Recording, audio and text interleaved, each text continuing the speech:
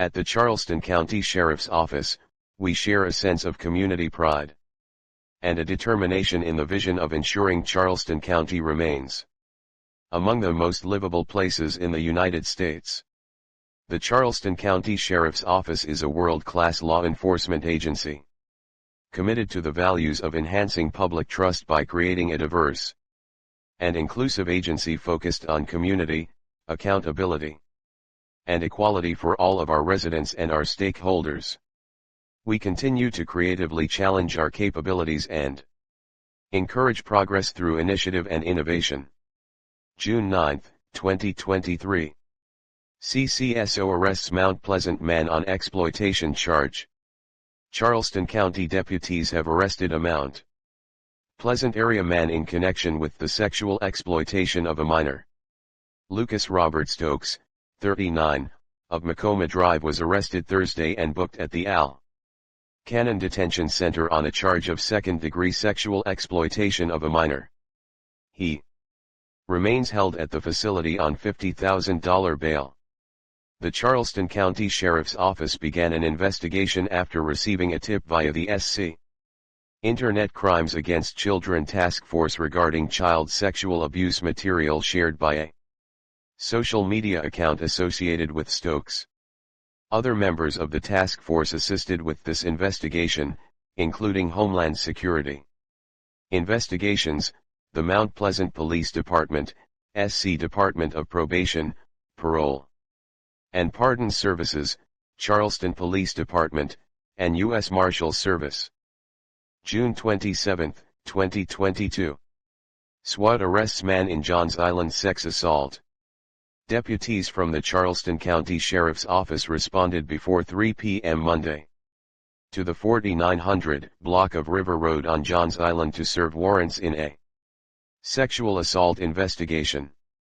CCSO's SWAT team and negotiators could not make contact with the suspect believed to be inside the home. Around 3:45 p.m., the SWAT team entered with a K-9, who apprehended the suspect. Tyrone William Robinson III, 38, was arrested without further incident. A gun was found in the home. Robinson was transported by EMS to a hospital for treatment of the dog bite to his leg. He was booked Monday night at the Al Cannon Detention Center on charges of first-degree criminal sexual conduct and kidnapping. The victim in the case, an acquaintance, reported that the suspect had used a firearm to hold her against her will and sexually assaulted her. April 26, 2023. CCSO arrests man, 55, in sex assault, trafficking of teen. Charleston County Sheriff's Office detectives have arrested a 55-year-old man on 6 charges related to the sexual assault, exploitation, and trafficking of a teenage girl. David William Hollers of Palm Cove Drive in Charleston faces charges of trafficking in persons under 18, criminal solicitation of a minor and 2 counts each of first-degree sexual exploitation of a minor and second-degree criminal sexual conduct with a minor. He also faces charges from the Charleston Police Department. This is an incredibly disturbing case, Charleston County Sheriff Kristen Graziano said. Our investigation is ongoing, as we continue to follow leads and information in the case. Our hearts go out to the victim, and we have made ourselves available to her and her family as she begins her recovery from this trauma. No child should ever go through this. A parent of the 15-year-old victim reported the crimes to CCSO in late March. The ensuing investigation showed that the girl was 14 when she met Hollers through the messaging app Snapchat. CCSO detectives found evidence of text messages containing sexually explicit conversations. The victim also described multiple meetings involving sexual contact and instances of Hollers providing money or items in exchange for sexual contact. The investigation expanded to other jurisdictions. On Monday, Charleston police officers and CCSO deputies along with personnel from Homeland Security Investigations and the Attorney General's Office, searched Holler's home in Berkeley County. He was arrested by Charleston police on charges involving the same victim and booked at the Hill-Finchley Detention Center. Please contact CPD for information regarding its charges. Hollers was transferred and booked Wednesday at the Alcannon Detention Center on the CCSO charges. April 24, 2023. Arrest yields 2.5 pounds of fentanyl, largest CCSO seizure of the deadly drug. A man who tried to evade deputies serving a warrant led to the Charleston County Sheriff's Office's largest seizure of pure fentanyl. Sheriff Kristen Graziano says the seized 2.5 pounds of fentanyl powder is enough to provide a lethal dose to everyone in the city of Charleston, Charleston County, Colleton County, plus 50,000 more.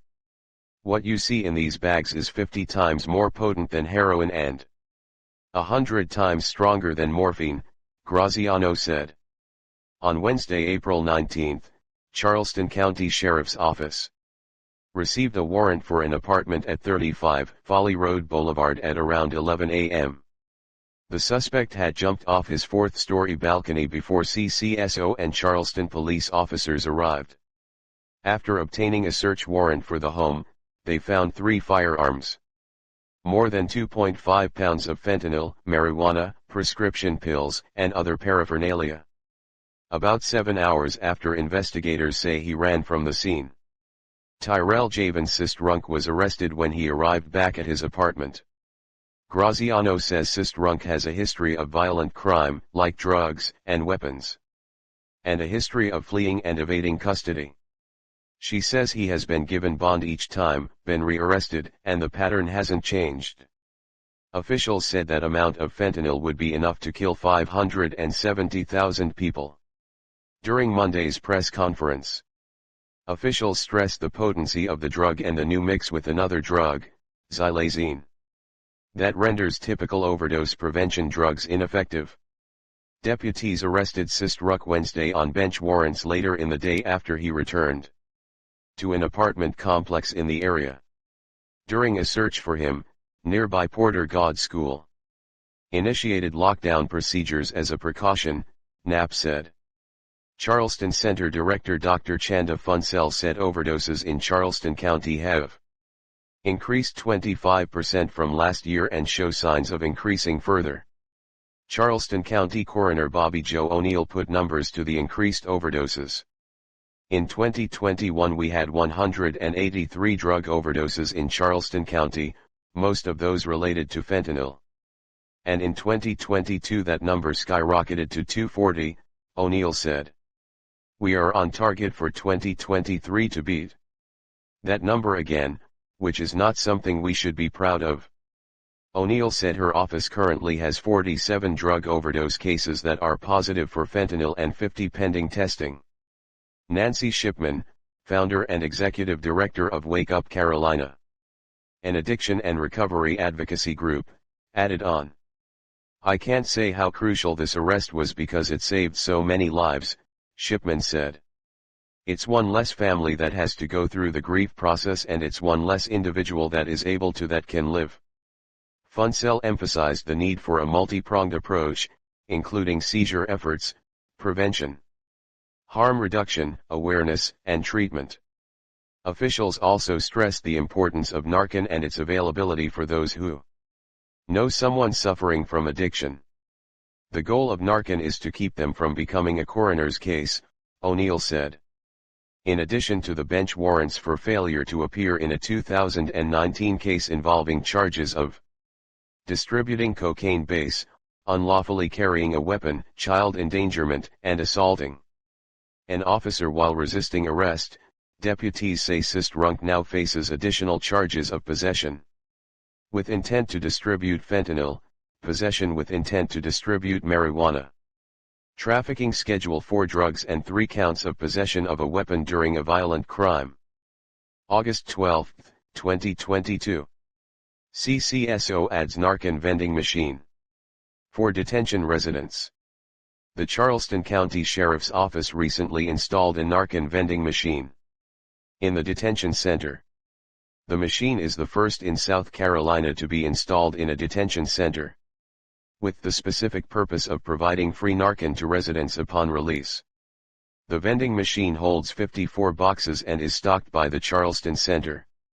Residents departing from the detention center are welcome to take as many as they would like to keep themselves and others safe from drug overdoses.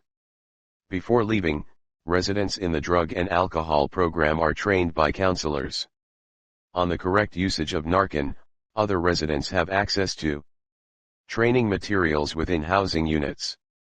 We are doing all we can to make sure that people who leave our facility are well equipped to re-enter society, Sheriff Kristen Graziano said. Providing free Narcan helps us with our mission of service beyond the call. If the Narcan saves just one life, it'll be well worth it. I'm thankful to the Charleston Center for working with us on this initiative.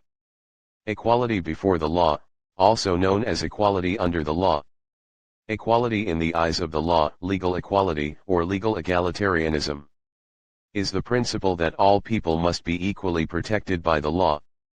The rule of law is a political ideal that all citizens and institutions within a country, state, or community are accountable to the same laws, including lawmakers and leaders. It is sometimes stated simply as no one is above the law.